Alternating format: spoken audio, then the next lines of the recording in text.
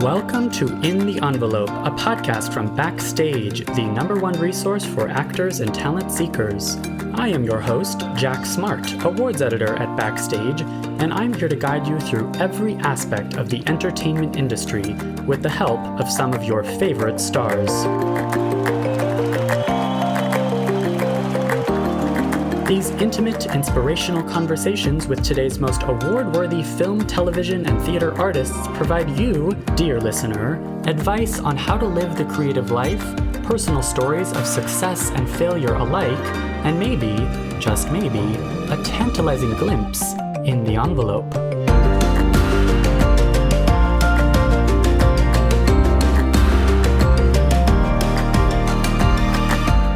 This business, how easy is it to just feel bad about yourself and to feel so beaten up, to compare yourself to others? It's just, that's already too easy. So whatever you can do to keep your chin up and know that your path may look different. Your path should look different.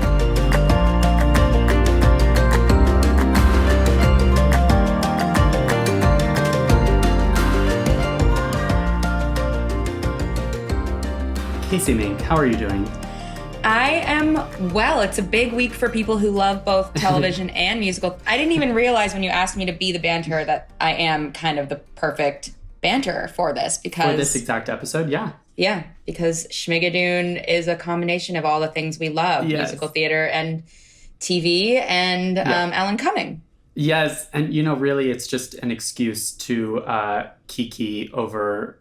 Musical theater, it really has not had we've not had a lot of opportunities to do that. No. There's been no Broadway for a year and a half, for example. It's also really not often that you have an original TV musical. And it stars Cecily Strong, who is also a producer. But here's the thing. We timed this really well because Cecily Strong was also just nominated for a 2021 Emmy Award for her work on, of course, Saturday Night Live. Casey, talk to me about Cecily Strong. I have been a long time Cecily. Oh, good. I'm going to say it. Stan. Yes. Stan. My favorite Cecily character. We've all got one, but girl you wish you hadn't started a conversation with at the party. That just became its own sort of, not even meme, it became its own sort of language. Yes. Yeah. And I've always loved her, and I'm so excited that I've watched half of Schmigadoon at this point. And because, we are people who get screeners to things because we're fun? Yeah, we're annoying and douchey. But I'm so excited for her to have this new platform to really showcase everything she can do. Yeah. Everything. Because she's obviously a brilliant sketch comedian, like quintessential sketch comedian, aspiring people who want to be on SNL should study her performances. I mean, she says she's not an impressionist, but she's very good at impressions. She creates these off-the-wall characters. But yeah, Schmigadoon it's a new element. And if you kind of only know Cecily from SNL and then you watch Schmigadoon, you can just tell this is a musical theater nerd. 100%. And how great that she hasn't had that opportunity until now. And now here she is, and both she and Keegan-Michael Key are both closeted musical theater geeks. Getting and to there's a whole subset of film and TV actors who, if one little thing had gone differently for them 10 years ago, that they would just be Broadway chorus kids or, doing the in-rep Playwrights Horizons off-Broadway thing. That's such a good point. Yeah. And of course, that means that they are perfect guests for Backstage. They can speak to exactly what you're talking about there's so many different paths through the industry. All it takes is one gig booked or source of inspiration, and then you're on that path. So she's nominated for Emmys, and I gotta ask you about Emmys. I gotta put you on the spot. What are the trends? What are listeners who maybe don't know anything about the Emmys? What are the takeaways from this list? God, I have so many. Okay, first things first. I will say pretty good. I wasn't angry yesterday. I was actually pretty sure. I was pretty pleased, which is a big win, I guess, when a list of nominations come out. Because more often than not, just being a passionate person about all things entertainment, I'm usually pretty... Yeah, right? Passionate? Opinionated? Me having strong opinions. But they're pretty good nominations. I think a big takeaway, though, that I saw and that I'm seeing a lot of other people sort of acknowledge as well is that the wealth was not as spread as it maybe could and should have been. I mean, I think that there were only like 16 titles overall that got more than one nomination. And then it's like, you know, things like The Queen's Gambit and Hamilton and Handmaid's Tale each got, you know, 15 nominations or something. Yeah. And there could have been, it seems like a lot of nominators didn't necessarily branch out as far as the new streaming platforms are concerned. I mean, Girls Five Eva was one of my favorite shows of the, you know, last TV cycle. And that got one writing nomination. It's always such a head scratcher to me when a show gets one nomination, because that means that they saw it.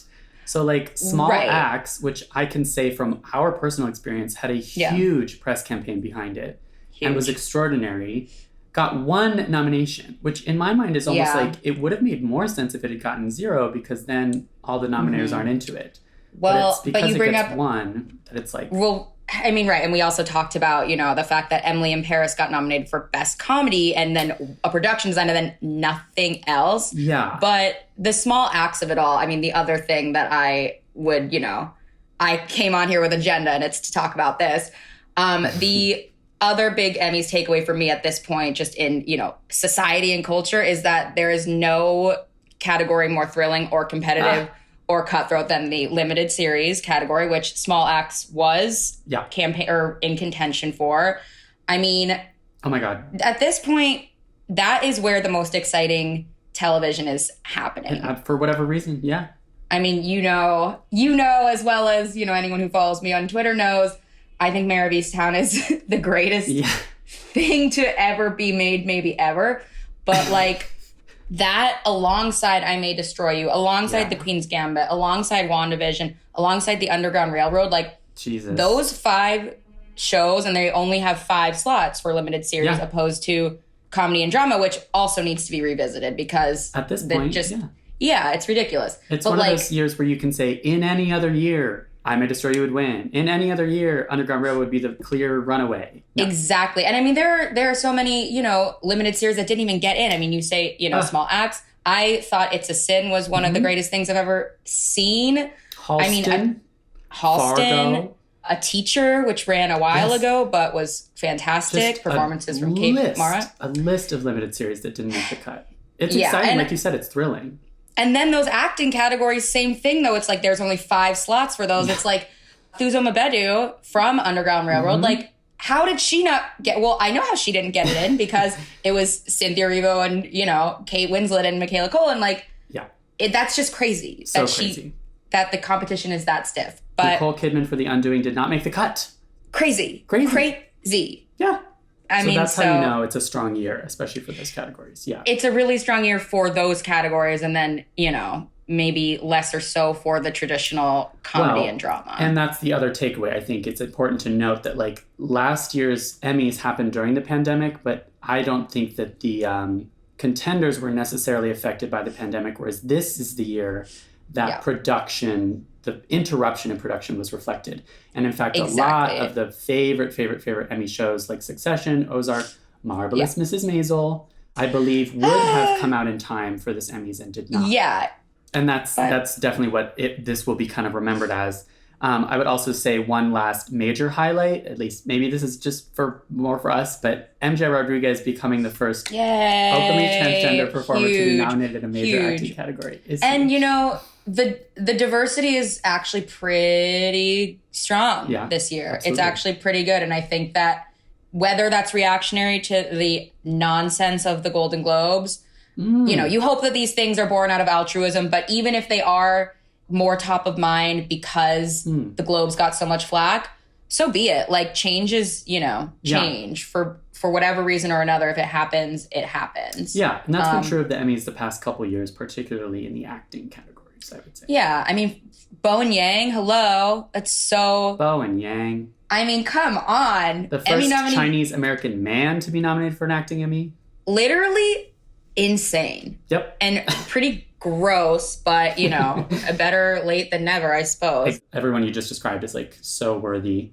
And, we at Backstage, I feel like the SNL interviews always turn out amazing. Those people are just obviously brilliant, but they also just kind of give great interviews and great advice. They really do, because, well, I think that the thing about being on SNL, even if you are a megastar, like at this point, you know, Kate McKinnon or Keenan, it's still such a grind. And still, there's still very much like of this like workhorse, working actor, working writer, always have to be writing for myself mindset. And I'm sure that's why those interviews, because I mean, I had a great interview with Keenan earlier this year. Yeah. And those are always just like, they just keep it so real. They keep it real. They're they're accessible, but they know how to like make it clear to maybe listeners of this podcast how hard the job is and how hard you have to work.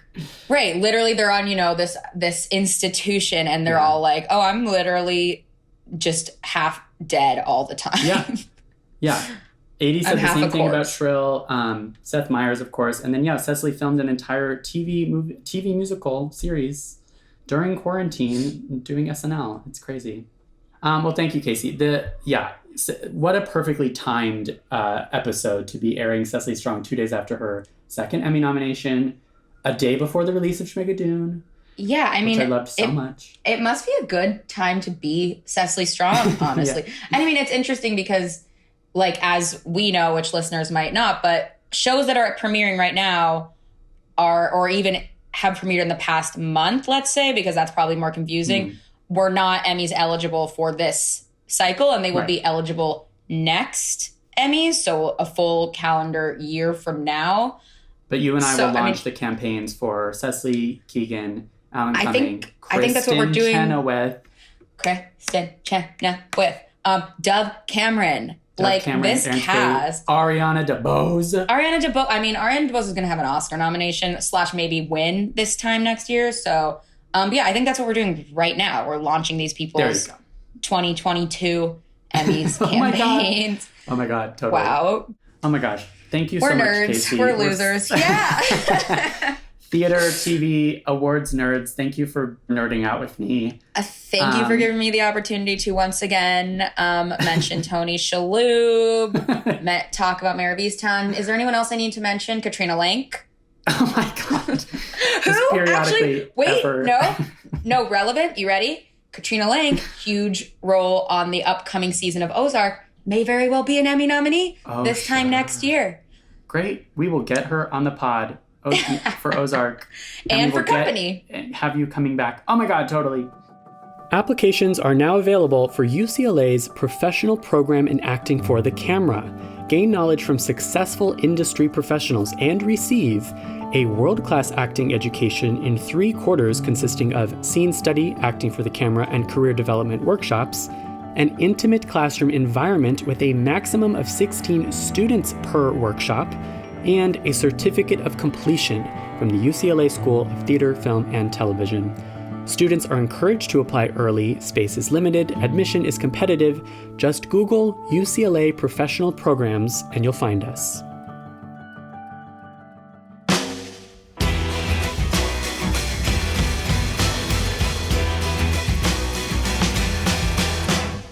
Cecily Strong has been Emmy Award nominated for 2 years in a row for her work making NBC's Saturday Night Live must-see TV. A Chicago native and theater student who's appeared in Ghostbusters, The Boss, and many animated and sketch series, Cecily is now paying homage to classic movie musicals as producer and star of Apple TV Plus's original musical series from Cinco Paul and Ken Daurio, Schmigadoon.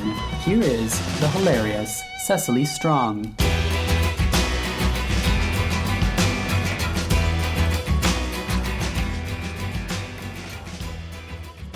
Okay, hi. Cecily? Hello. Hello, how are you? Great, how are you? I'm hanging in there. I'm getting over a cold. I hope I'm you know that thing where there's a global pandemic, you don't get a cold for 2 years, and then you do? Right. And then you go outside and you're like, wait a minute, what germs? Is this? Yeah. Are you, I'm so excited to talk to you. Are you just doing a bunch of press in the lead up to Schmigadoon? Yes, doing a good amount, but it's all still virtual. So I'm like slowly losing my mind only because I'm just so out of my element with that. I've been waiting like 7 months to talk about it, so it's very exciting. Oh, sure. And you're just dying to talk about it in person. I mean, I am too. Yes. Yeah. I don't want to hyperbolize, but it's like the most. I'm so excited about Schmigadoon. It's the most exciting TV show I've watched in a long time. Well, I think I love it. I mean, I think I'm more of like a fan of it than I'm more excited to talk about it as a fan than someone who got to do it. Sure, and I just can't wait to get into it. But first, we are Backstage, as you know. We are all about craft and career advice. Can I ask, are you familiar with Backstage at all? Like, did you ever use Backstage for auditions? You know what? I feel like, was there a version in Chicago? Yeah, there might have been a print magazine with a bunch of listings. Yeah, definitely print. It would have been a print version. I think there was like a newspaper, and my mom and I would call it casting call hotline, I think. Okay. When I was growing up doing theater. So it was a lot of everything looked like a classified ad. It's probably what ads for escort services look like. But it was for Chicago theater? But for Chicago theater, yes. Non-equity. That's great. And was that always the goal? Was theater always the goal? I know that you grew up watching Saturday Night Live, for one thing. Yes, of course. I mean, grew up watching Saturday Night Live, but also I was I guess I was just strange in my house and loud. And so they put me in a drama class at 3. And then I just sort of loved it. I mean, I just would always be singing and dancing and doing impressions or something around the house. My dad says I did a naked butt slap dance after the bath, as one does. Yes. And so once you do that, then your parents put you in a drama class and hope that's it. And then I did community theater when I was I think 8 was my first show. I did Grapes of Wrath at Village Players in Oak Park. And then I did a lot when I was 10 or 11. I did my first show at the Bailiwick Theater, which is that became my second home for a while. But then at what point did it start to lean away from theater and towards comedy? Was that around college? Yeah, it was actually after college. I went to Cal Arts for college. I got my BFA in theater, and I was I'm a very serious actor. Mm-hmm. But then Cal Arts does a lot of avant-garde experimental thing. I think that sort of sets you up for comedy anyway. Oh. But I was sort of it wasn't that I wasn't into comedy. I just considered comedy a part of acting, Mm-hmm. And the only thing I hadn't really gotten to do much of at that point was writing, really explore that. And so then I think my first year teacher at Cal Arts kept telling me to take a class at the Groundlings. And I remember being should I be slightly offended? Because I'm a real actor. And then I wound up, after I graduated, I was in LA, and it was okay, now I'm supposed to be doing the business part of this job. And the thing that I love doesn't seem to exist anywhere. I'm not getting any audition. Everything I'm seeing is would you be the girlfriend in a bikini or something? And it was well, so where's Hedda Gabler? And so then I did take a class at the Groundlings, and I loved it so much, and then decided I would move back to Chicago to go dive into improv and sketch comedy, and it's humbling, but I've never minded humbling myself. And so I took classes again at Second City, and then that's really how I got into comedy, or this sketch and improv. Right. Was that sort of a disillusionment with LA? It's so interesting that of course, lack of Hedda Gabler, but also just the availability of roles, that's what steered you not just towards comedy, but back to Chicago. I think it was I was very unprepared for the business side, not because of my school. I loved my school, but it was I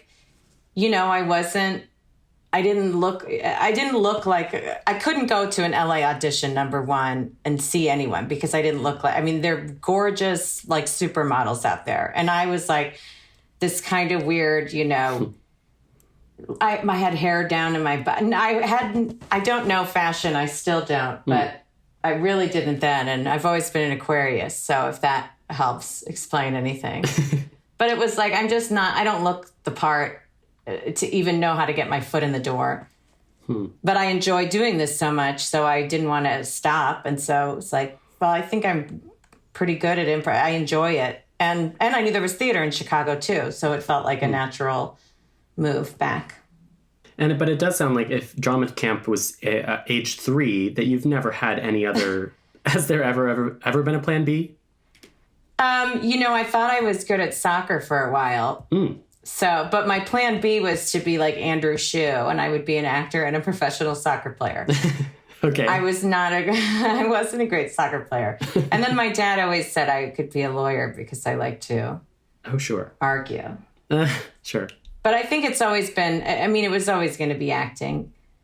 Yeah. And so then those years in Chicago, is it safe to say that, obviously for anyone, SNL is the big break, right? Yeah. Early on, it was like SNL wasn't on my radar. No. Besides just like, of course, who wouldn't want that? And, I watched it religiously and did all of the characters on the schoolyard, But it wasn't like, that's not going to happen to me. I was doing like, Chicago, I can't even remember the name. I did an anti-smoking PSA and like a driver's ed video for Wisconsin. And then I did just stuff like that. Those were like my big jobs in Chicago. That's great. Before I went to school. And those were were you doing survival jobs this whole time? You were not making a living as a commercial actor? No, so then after college, I started, I took classes, and then I was working, I'd worked at Planned Parenthood for a while. I worked in the corporate office in Chicago. I was the receptionist, and then I started helping out in billing. I worked at the box office at I.O. I babysat. I feel like I'm missing some. I picked up, odd jobs where you can. So that's really what I did, and while taking classes at Second City too. Mm-hmm. And so I know you've told the story, of course, but at Backstage, we love talking to the SNL people specifically because obviously listeners of this podcast want to know like how to get cast on SNL, but it really does sound like everyone has a completely different story. Totally. Absolutely. And it's always like everyone's shocked that we aren't all stand-ups or something. But I was I did theater forever. So that's really like my link into this. But so I was taking classes at I.O. I was doing the touring company at Second City, but I actually got the audition for SNL through I.O., through Sharna, who was running it, who said, you should be a part of this showcase. And I didn't feel like I was ready. I was like, I come from a theater background too. So even doing improv and sketch was still semi-new, but it was like, well, I don't have impressions. That's not what I do. And I didn't do solo work yet. I took a workshop that everyone loved. Matt Miller does a workshop, solo characters and impressions. And you put yourself on tape and sort of watch it with other people. And then my friend Kellen and I sat down and I ran some things by him and then did that first audition. It was really like a summer. It took a summer to get hired. And the whole time I just didn't think I would get hired. And was like, you know what, this is a win. To get to go to New York for the screen test, that's a huge, huge win. And if that's like the worst thing that happens, that's amazing. Totally. And were there then New York in-person auditions? Yes. So then I got flown out. So we did a Chicago thing.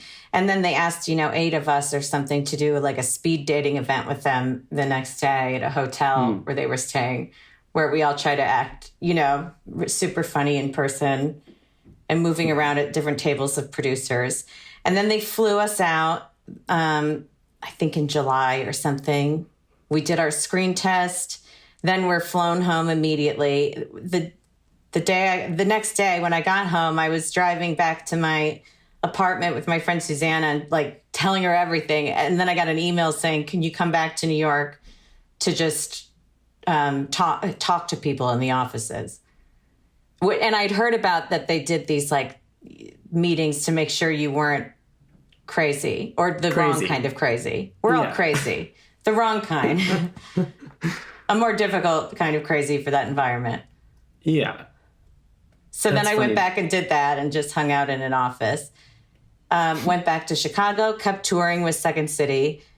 and trying to not not obsess over that SNL and like the fact that it was now even it was a tiny possibility in my life. And then I got flown out again for another screen test, and they said, we need you to do all new things. Then went back and then was flown out one more time to meet with Lorne, and that's when I was hired. Awesome. And wait, do you remember like what were the impressions? Like it is so insane that you have to how often you have to like go back to the drawing board and like, okay, here's a new round of like, please. Right. Especially when it's like, this isn't what I do. You know, I feel like I know all of them. I don't know which I did at which time. Like I did Rebecca Lobo. I think I did Sofia Vergara selling like zombie glasses. I did Elizabeth Dole being heckled about her husband's erectile dysfunction. Okay. And then I think I did like Sonia Sotomayor, maybe. She had her Tony Shalhoub. Everything was like just kind of silly. And then little characters.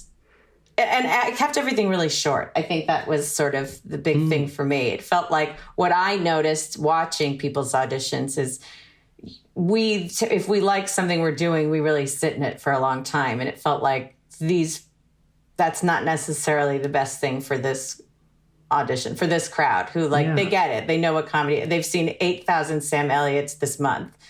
So don't spend a minute and a half there. And they don't laugh in the room.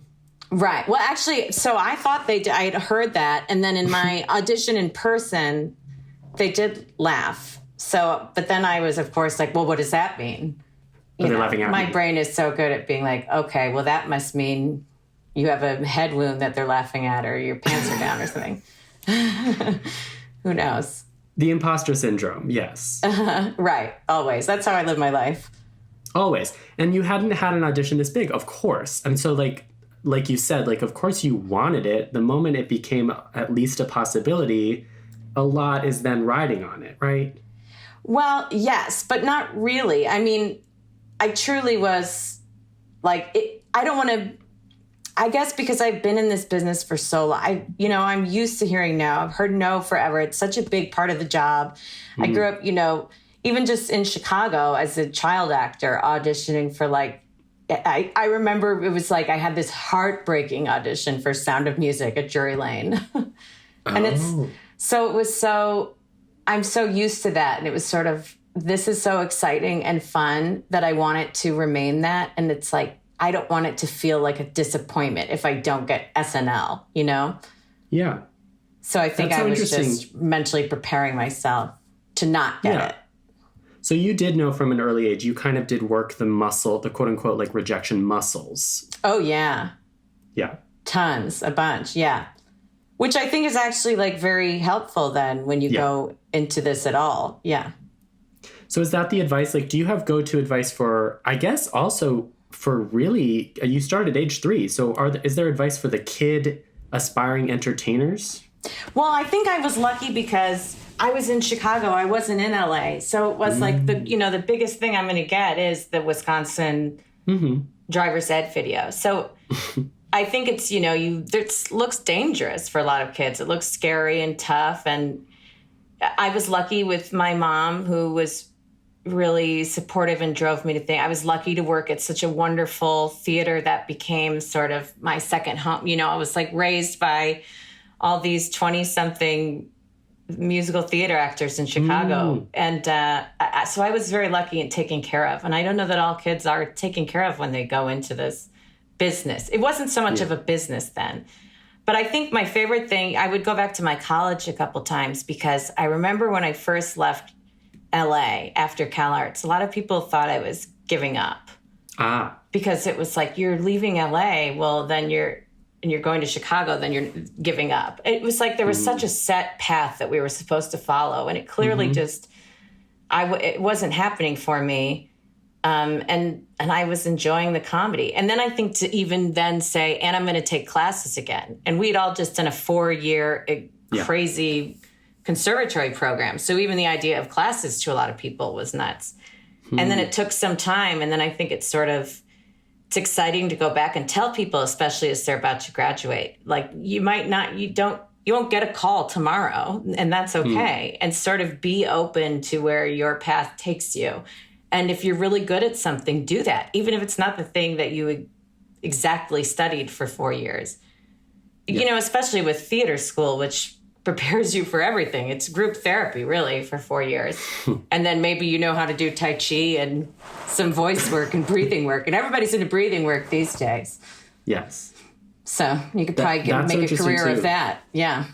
Yeah, like the theater training informing your work today thing is super interesting. Like, are there those really out there techniques that you still find yourself using?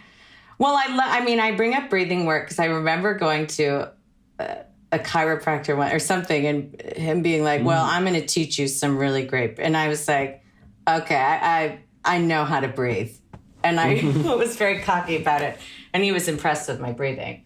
But I think there's just so much, yes, that you take with it. Not only the group therapy, but you were doing voice and movement, and it's all things that are important.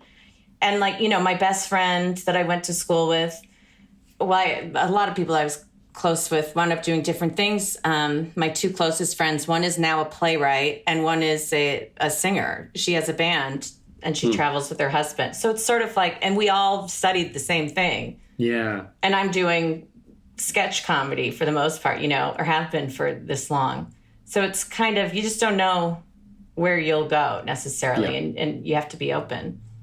And that, I love that. I mean, of course, that advice to the graduates too, of like, follow your gut. You just have to be open. Like, it is sort of a prescribed narrative to go from somewhere to LA and not vice versa. Like, right. And like, how easy to, like, this business, how easy is it to just feel bad about yourself and to feel so beaten up and to feel like, to compare yourself to others. It's just, that's already too easy. So whatever you can do to keep your chin up and know that your path may look different. Your path should look different. And if it looks different and it looks like you, that's the best you can hope for. If you feel like you are the best at whatever you're doing, that's wonderful. And then you're doing something right. Yeah. Which involves a lot of like not thinking about what other people think. Like, is that also a muscle that you have to work? Is it? Yeah. And it's crazy because our whole career depends on what other people think of us in a lot of ways, you know? But so whatever we can do, you just need to have it's such a crazy, I always think about this, you know, what is asked of us to have the thinnest skin so that you can access all these emotions and feelings so easily, but then yet still have this thick skin and not let anything actually hurt you. So it's I think you just have to be prepared and find out how you best balance those things. Yeah, beautiful. And just not get defeated and not let whatever you can do to keep yourself from sabotaging it, because everything else will be sabotaging it actively. Unless you're super lucky and, you know, you book some big, huge job right out of college, then, but then you have a different set of problems. I just don't know how to help with those. Right. And so, okay, specifically for SNL, maybe you're asked this all the time, or maybe nobody asks you outright, but I'm just going to ask outright. Like, what is the advice? How does an aspiring comedian get on SNL? Like, it is, if you want to be a sketch comedian, it's like, that's the platform. That's the goal, right? Oh, totally. I mean, and it's still, that's why a lot of us are there this long too. We love it. It's such it's what we love to do, and it's the best place to do it.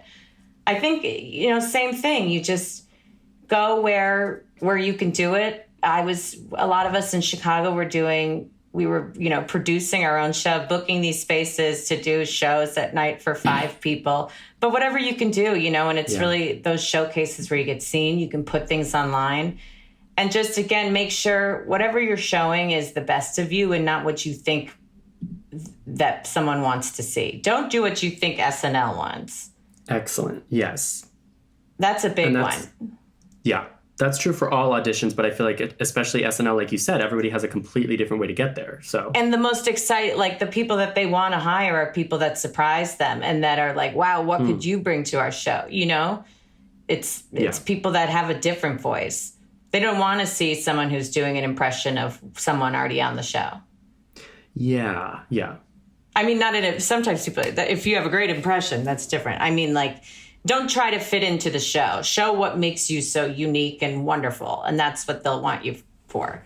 Wonderful. Well, so all of this informs, I feel like it all informs Schmigadoon, but like not in the obvious way, like certainly the theater background. And I guess I personally, as a fan of yours, I did not necessarily know that you were such a musical theater person, but all it takes is watching Schmigadoon to know, like, this is somebody who's obsessed with musicals, right? Yeah. And I think, well, I mean, I grew up watching a lot. You know, my grandma, my dad, and my uncle's mom, who we called Scotty, really introduced me early on to movie musicals. Like, you know, I had like the VHS of Oliver and My Fair Lady and West Side Story. And then I would go to Video Magic, which was our local video store, and rent all these musicals and see. I just loved watching them, you know, and I still will make people watch YouTube clips. Like, well, look at the colors of Bali High. Look how pretty this is. And then my uncle is actually a Broadway producer and did a lot of musicals. So I got to go see those in person. Okay. So I think even growing up, it was like I did theater and I did original musicals in Chicago, but I never thought, I think once I was a teenager, I didn't think I would be a musical theater actor because I'm not a great dancer. I didn't think I was a strong enough singer.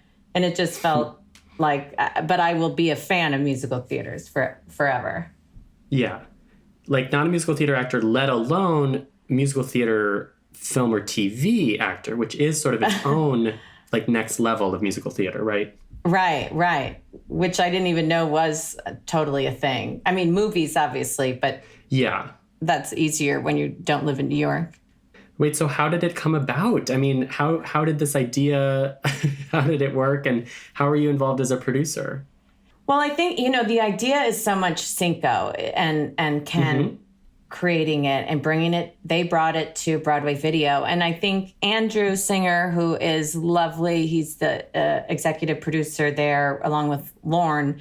But he knows how much, you know, you can watch the show and see how much I love musicals. We love poking fun at musicals in the way that one does when you love something, you know? It's like self-deprecating almost. And so when Cinco explained it to him, he thought immediately, this is perfect for Cecily. And then Cinco and I talked, and I loved it. I didn't quite understand it because how do you even explain Schmigadoon? It's such a... it takes me 2 minutes to explain it poorly. So, and then once I saw the first script, I was like, okay, I have to do it. And there were 3 table reads that were some of the greatest moments of my summer, 2 summers ago, or whenever it was. It was just, I was in a room, Jane was there, and it was just like musical theater people, and it was so like everybody's making eye contact and putting their hearts out there and laughing and crying together. And it was sort of like this show, if this is what it feels like at an early table read, imagine it has to be great, you know? Totally. And so then it was like, well, I have to be a producer and I'd been involved that long. And I think they know that I'm going to give I'm going to have some very strong opinions, and I'm going to give them whether or not you call me producer. So maybe it's easier to call me producer. Think you can write 2 feature screenplays or a TV spec and 2 original TV pilots in less than 9 months? If you are accepted into the UCLA professional program in screenwriting or writing for television, you will. Both programs begin this fall. Learn from renowned UCLA instructors, and you'll receive a world-class education in less than a year, an intimate environment with a maximum of 10 students per instructor, guidance from writing your script through navigating the industry, and a certificate of completion from the UCLA School of Theater, Film, and Television. Just Google UCLA Professional Programs. You'll find us. And so then how did the production process work? I mean, the pandemic right. I mean, it was things, sort of right? Exactly big time. And it was like I spent the summer, you know, with my head in the sand, just being so afraid. And then it was like, I can't go. I'm not going across a closed border. It was just, we really had to change a lot. And it was such a wonderful group of people. And they really made it, we talked through so much, and they were so careful, and I felt safe. And then once we were there, it was very much art imitating life. We were like whisked off to a magical place and got to live in this magical world. And I think we all became better people, and it healed us, just similar to our fictional Schmigadoon.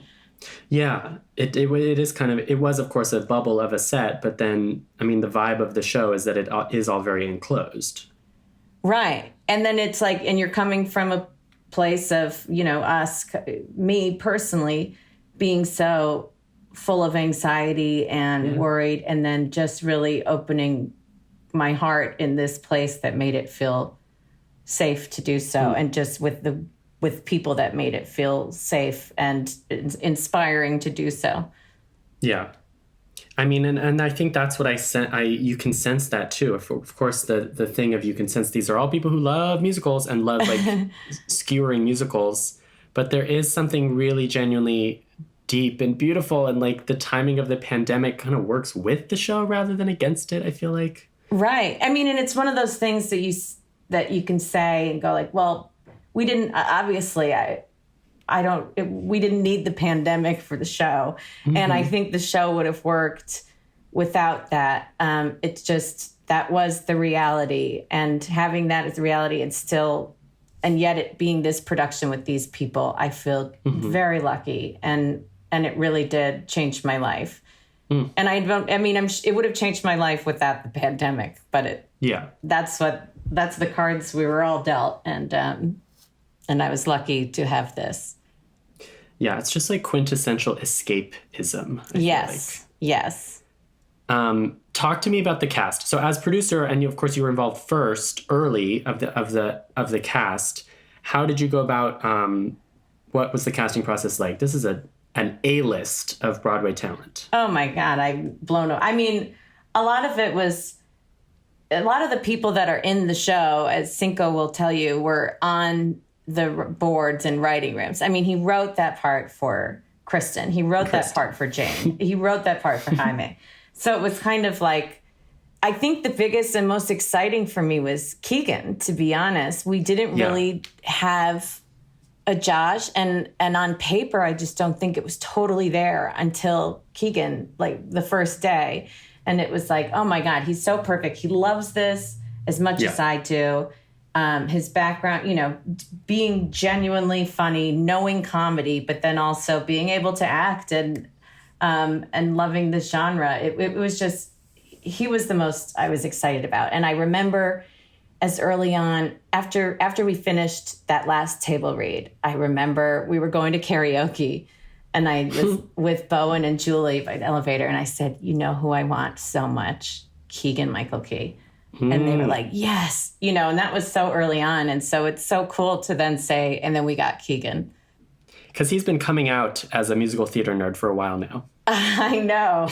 He has to do a lot of, he has the harder acting job. Oh, sure. Among the two of us in this one, pretending that he doesn't like it. Sure. And so talk to me about filming a musical. The one takes, which is like probably the most extraordinary. I don't know. I just find that modern filmed musicals involve so much editing, right? For the most part. And this was so clearly, it's not just an homage thematically. Like you guys are also copying the format of like, is it that Kristen Chenoweth number was one very long take, right? Unbelievable. Yes. And I love thinking about, so whenever I watch, the Man That Got Away scene from A Star Is Born, and it's like, this is one shot and so watching her performance, and I'm like, I hope that I feel like Kristen's will become that iconic when people watch this. You'll turn to the person next to you and say, look at this. This is one shot. They haven't. This is one continuous. Yeah. And I think it's so amazing. It's not only, it's a testament to what an incredible, incredible performer she is. And just like, she's perfect. And then even you're like, there's a cameraman there. Everybody involved is so, I can't speak highly enough of our choreographer, Chris Catelli. He's so amazing. And so much of that was in his head. And there was so much rehearsal going on while isolated, because we could not be on set together for the most part, and we couldn't be rehearsing too much. And so there was so much work that people maybe were doing in hotel rooms so that they could come and do that on that day. And it's just like, makes me choke up to think about, like, to have Aaron, who is nominated for a Tony while we're there, and it's like he can't do his show, but he's in his hotel room and he's practicing, and he's gonna show up and do that amazing song and dance that he did, and it's like while Broadway shut down. And I think so yes, it is so much the old movies, but it's also how they have to do it on stage, and so that's why you get stage performers. And sorry, I'm like, I've told you I'm excited to talk about this finally. Yes. No, same. And then I think the other thing with Chris that was so exciting is he would show me clips and just, because the camera was in one position, a lot of it was, he said, look at how these women they flirt with the camera. It's like when you're dipping, if you'll notice, anytime I do a dip, I am turned to the camera, always looking at the camera. And that is all Chris Catelli. Being like, that was just another fun thing because of the way they shot these. It was like, find your lens, girl. Get your face out there. But you can't rehearse. Like, there were so few rehearsals. That's amazing. Yeah. I mean, I would, there was a couple nights, I think I got Chris to come over like on a Sunday, and he would help me out. He was so I would try to, get him on my good side. I'd cook him food and give him wine and see if he'll make my dances any easier. But then I think I just remember the first day. So we got to do, just me personally, I know I only got a couple actual rehearsals. And the first time Keegan and I did a dance rehearsal, it was again like, wow, this is really magical, because neither of us are dancers. And we have a recording of it, because it was like, we got it that day. Keegan came in and like knew it. And then I just sort of followed him.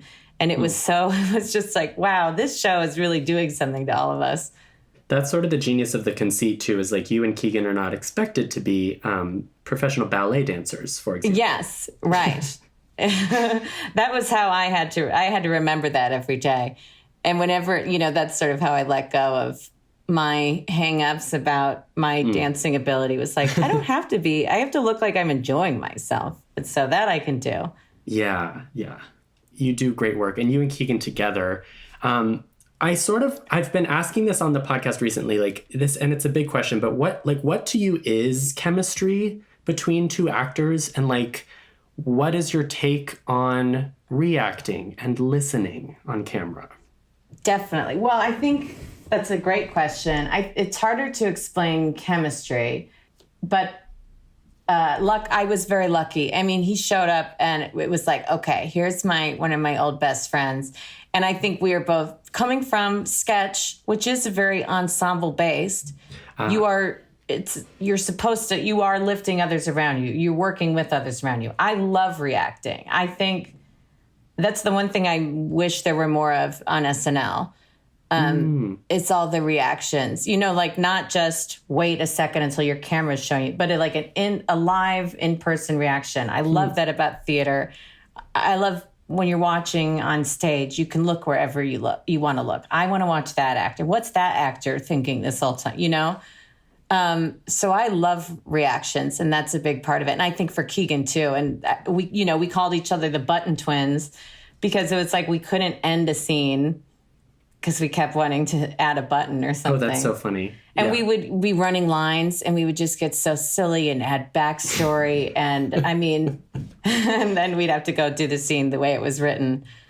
But there were, that chemistry was just really easy. But then I think I thought it was funny to look at my scenes with Aaron and with Jaime, and it was like, I didn't have many days with them. So you're sort of seeing me with someone I only had a day or two with. So it can be kind of a newer, oh, that's surprising that you're doing that, that you don't know it. Kind of that worked too, I thought. And then this is like way too early to ask this question, of course, but like, what is the future of is there a season 2 of Schmigadoon? I am not the one to ask. I am just the one who will say, I will be there if they let me, if there is. And I would love to, it would be great to see people in a world where I can hug them and we can be on set together and maybe even get a cast dinner, you know? To be a true, ensemble again. Yeah. Thank you so much. I have to let you go soon, but we have these questions. We're backstage. We're all about the advice. Do you have a worst audition horror story? Going back to the auditions. Oh my God. I mean, I had like a bunch when I was a kid that were terrible. Here's one that's it's not even like a nightmare necessarily, but there was a Kenny Rogers Christmas show at one of the big, I forget which one it was, around Chicago. And I was such like the second callback, third callback kid. And I was tall as a little girl. So that's as far as it ever went. I was then always, and I remember getting so far and they wound up, they didn't choose me. They chose this really cute little girl with blonde curls and they had her lip sync. Because they were like, you know what? We don't need you to sing. You're that cute. And it was, I just remember that hurting my feelings. Oh my gosh. Oh, and then in Living Color was coming back for a reboot. And that audition was sort of right before SNL and all of Chicago was talking about it. And I was so poorly prepared. And that was a terrible audition. And I think I remember like looking at the casting director and seeing that the camera was not on. Oh no. I mean, on purpose. I think he was like, well, we got it. Don't worry. Oh no. Probably better for me that tape doesn't exist somewhere. Exactly. Yes, totally. He was doing me a favor. Oh my God. And then going back to that kind of same early era, like, and you've touched on this, but if you could go back in time and give yourself one piece of advice, what would it be? Like, what is the early career stuff that you wish you'd known? Sure. I mean, I think like what I think I said a bit of earlier, to know that there are a million different paths to take. And if something feels like this isn't right, to not give up and don't beat myself up and really just keep doing what I enjoy and finding, you know, that's how I'm going to be best. And I'm not going to be hired if I'm not my best. It's great. It really is all about like following your bliss, I guess. Yeah. And like shamelessly yes. And you know what? I wasn't a great networker. I still am not. I have social anxieties. I'm terrible. And it was like, there was so many people who were like, well, you have to network. And I was like, that's not how it's going to happen for me. If networking is how it's supposed to happen, I'm screwed. Yeah. And so sort of knowing that it's like adjusting your expectations and not being hard on yourself when you're not. Yes. Be gentle with yourself. Be so gentle with yourself. Work hard and do whatever you can to love yourself and take care of yourself. And beautiful. But be gentle. That's beautiful. Yeah. We all need to hear that. We also ask, this is the hard one. What is a performance you think every actor should see and why? Film, TV, maybe something you've seen recently? Oh my gosh. I mean, there's so many that I could nerd out about that I think are brilliant. So I'll just go with an easy answer because it was very more recent. I think Leslie Odom Jr. in Hamilton was so good. Just the way he drives it. And it's such a seething, the way he, you know, carries out that and builds that seething anger and frustration over the length of that show. And he's driving it. He drives the whole show. You are speaking my language. Well, we'll have to go out and we can get a drink and spend too long probably crying at the table over this stuff. Yeah. Yes, please. I mean, in terms of musical theater performances, I do kind of think of that as a gold standard, and it is wild that anyone can just see it now on Disney+. It's unbelievable. But even then, I was like, that's why I missed being there live, because I was like, I would be watching him when this other thing's going on, because it was just like, that's pissing him off. Ooh, he's seething in that show. Yeah. Maya Rudolph said the exact same answer. Leslie Odom Jr. Really? Hamilton. Yep. Of course. I love her. Well, that just like gave me shiver. I love Maya. And I love that Leslie is now like Oscar nominated. He's a big deal. Everyone knows who he is now, brilliant. Yeah. And I just remember saying, this is one of the best performances I've ever seen in my life. Same. Yeah. Yeah. So season 2 of Schmigadoon with Leslie. Please. Okay. Well, there. We'll make it happen. I'm making a vision board today. Yeah. Well, yeah. I mean, that's you seem to be good at that. So yeah. That's what my therapist says. I'm a manifester.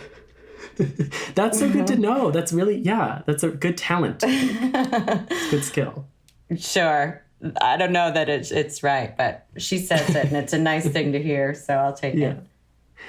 And then I wanted to ask, too, about, obviously we're just in this state of turmoil. Just the world, the country. But speaking specifically about the industry and the changes that have happened in the last year, what do you think is the state of Hollywood today in terms of diversity and inclusion, in terms of, availability of projects to a wide array of people who deserve them? Where are you optimistic about the way things are changing? Are things changing? I think it's always a slow change. And I think I'm always optimistic because I think inclusion and diversity, and sorry for such a, I know those words, when you hear them from Hollywood mouths, it's like, ugh, it makes you exactly cringe. But 100%. I think, I'm like, if it makes them money, if you show them, you have a wider audience, and you open yourself up to so much brilliance. And it's, I think it's, you show them, this makes you money. This makes you money. And it's like, that's why I'm at all hopeful, because that's what they can believe in. They don't have to do anything for the right reason. But sure. I think you will make money if that was a big deal to me, that, that our show looked like was something we'd be proud of. It was like, if we are one of the few productions that get to work right now, isn't it even that much more important that we make the show that we love the most, and it's a cast that we love the most, and something that we're proud of?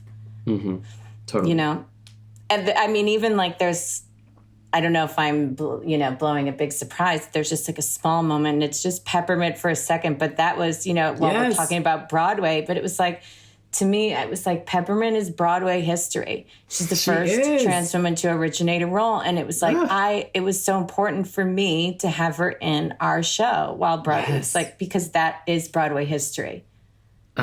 Yeah, that's so great. And ideally, it's you're doing that for every project that you work on. But yes, that's not if this was the first one, right. And it was if my name is going to be on as producer, that's really important to me. And I'm, I find it very exciting. And I just think it's a better end result always. Yeah. I mean, is that the advice too for actors who want to, it's writing or producing? I mean, I'm so excited to read your memoir, your forthcoming memoir. What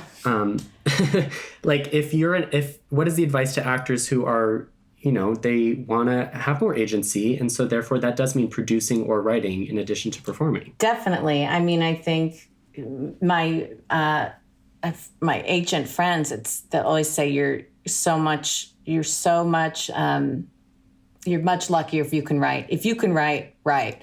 And because the roles aren't going to come in for you. There's so many, I was lucky. I think this role in Schmigadoon is amazing. I love Cinco for writing it.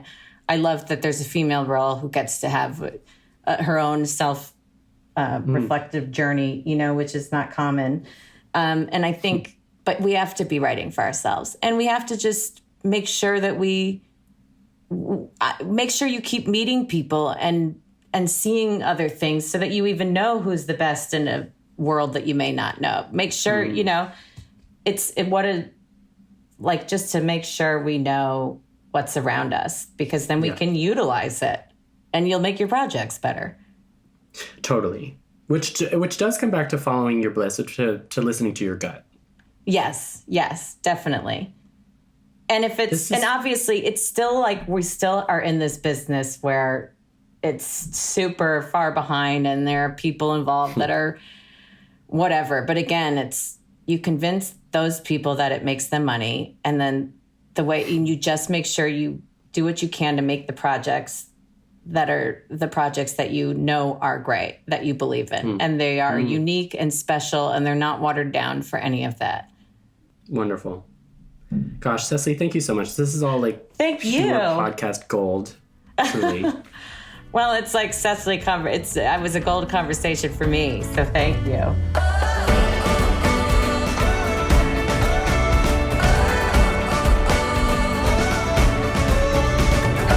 And now it's time to hear from Christine McKenna-Torella, our Backstage casting insider. I will let her take it away. Hi folks, Christine McKenna-Torella here. I can't wait to watch Schmigadoon. I am really excited for it. I think it looks silly and fun. And of course, Cecily is hilarious, always. But there's also an amazing supporting cast that come from the musical theatre world, which is my space. It's my jam. I cast in it for years. There is a very impressive cast. It's Kristen Chenoweth, Aaron Tveit, Ariana DeBose, Anne Harada, Jane Krakowski, and I'm a huge geek fan of Alan Cumming. Anything he does, I watch. Well, what do the guys have in common also? Well, they are known for their Broadway and West End theater work before their TV work. But another thing they have in common is that they all attended some formal acting training, either at a drama school or a musical theater university program.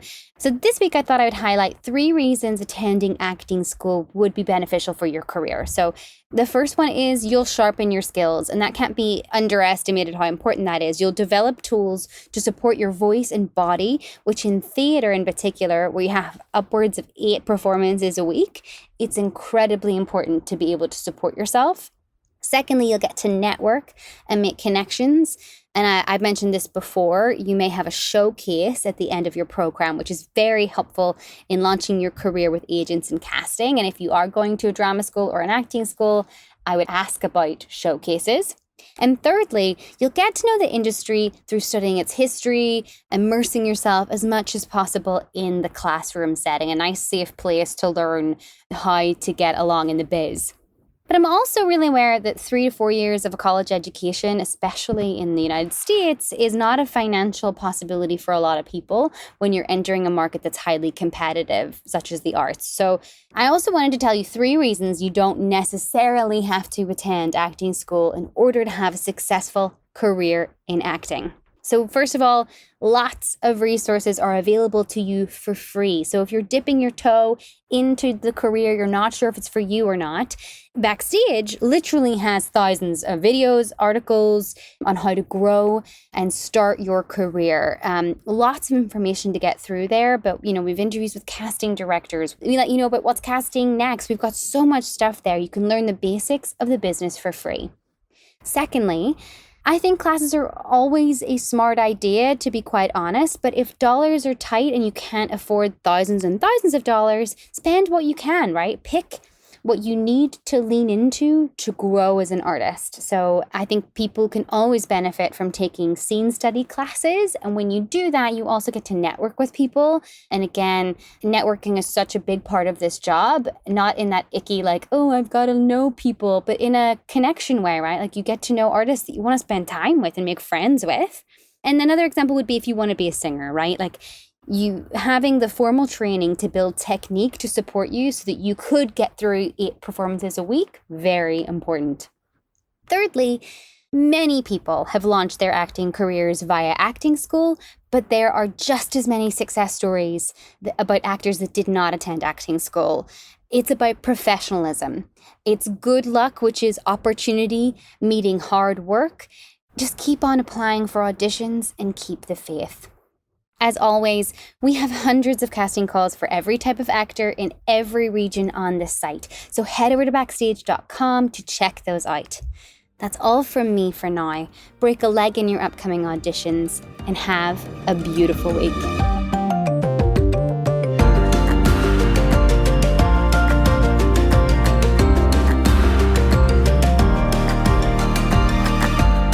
In the Envelope is recorded at Lotus Productions and Hyperbolic Audio in New York City, and Soundbox LA, Mark Grouse Studios, and Buzzies in Los Angeles. Thanks as always to our producer extraordinaire, Jamie Muffett, and to the team at Backstage, Samantha Sherlock, Mark Stinson, Caitlin Watkins, and of course, Casey Howe. Visit Backstage.com, and don't forget, you can subscribe to Backstage by using the code ENVELOPE at checkout for a free trial. That's right, 100% free.